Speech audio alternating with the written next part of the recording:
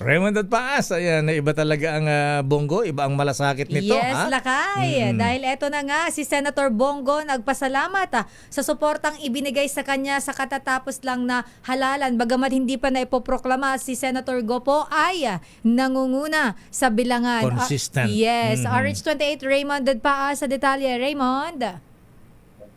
Ellen at Mayor Todo, pasalamat si Senador Christopher Bongo patuloy na suporta sa kanya ng ating mga kababayan. Kasunod ito ng patuloy niyang pamunguna sa partial unofficial result ng 2025 midterm election. Ayon kay Go, referendum ito sa klase ng serbisyo na kanyang ipinakita sa nakalipas na 6 na taon. Aminado itong napakahirap ang uri ng kampanya na kanilang pinagdaanan dahil wala na si dating Pangulong Duterte na personal na nag-endorso sa kanila. Kaya't ginawa niya ang lahat upang ikutan ang lahat ng sulok ng Pilipinas.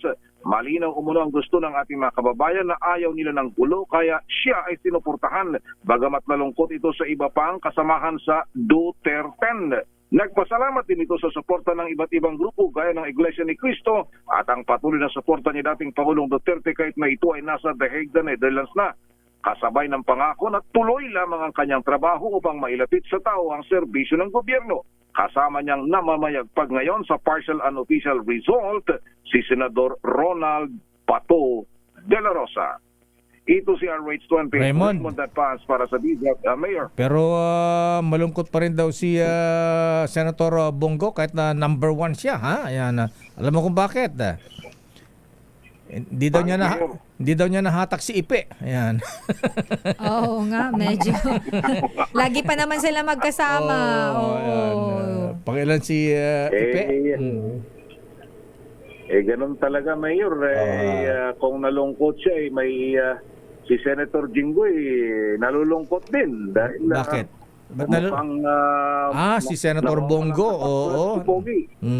Oo.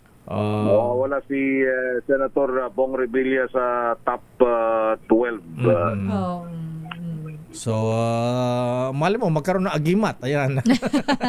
Philip Salvador Lakay, tsaka Lakay Raymond, nasa pang 19 pala siya as of now. Itong partial and the unofficial results. Ayan, siguro kung buhay ang Lino Broca, ayan, baka panalo daw si Ipe. Ayan, creation ni Director Lino Broca yung si Ipe. Di mo na inabutan niya, Sister Hindi ko kasi inabutan Lakay, sorry. Magaling na director yon. Ayan, yan ang gumawa kay Ipe tsaka kay Boyet de Leon. Ika, isingit ko na rin to. Pumasok lang, ngayon lang, Mayor. Ito mula kay Senator Tito Soto III, si Tito Sen. Tito Sen. Sen. Ko na lang dahil maiksi naman itong kanyang message. Sige, please. I am deeply grateful to the Lord our God for being with me as I weather the challenges of this election. Maraming salamat sa mga supporters ko, ngunit hintayin na rin muna natin ang official tally ng COMELEC, which will start this morning before we can truly say that we won. After the official proclamation, my voters made history. The only senator elected 5 times. Wow, 5 times na pala. 5 times na pala. At saka isama na siya yung kanyang kagrupo sa Macho Black, si Senator Ping Lacson. Ping Lacson. Hindi sila nag-iiwanan, magkadikit parati, number 7 tsaka number 8. Oo nga, ayaw sanggang dikit yata to. Para magkakambal itong dalawang ito, Soto tsaka Ping Lacson. Ngayon, dikit na dikit yung dalawa. Ay, nahintay namin yung statement that sabi daw ni Senator Ping, mukhang masyado pang maaga at nakakahiya. Hintayin mo natin yung Oo nga. Tinatawagan nga namin si Bam Aquino, ayaw pang magsalita. Baka daw mausog. Baka ma-jinx. Ayan, baka ma-jinx. Ngayon, maintindihan naman natin, Mayor, lalo na hindi pa nagsisimula officially yung bilangan. Yes.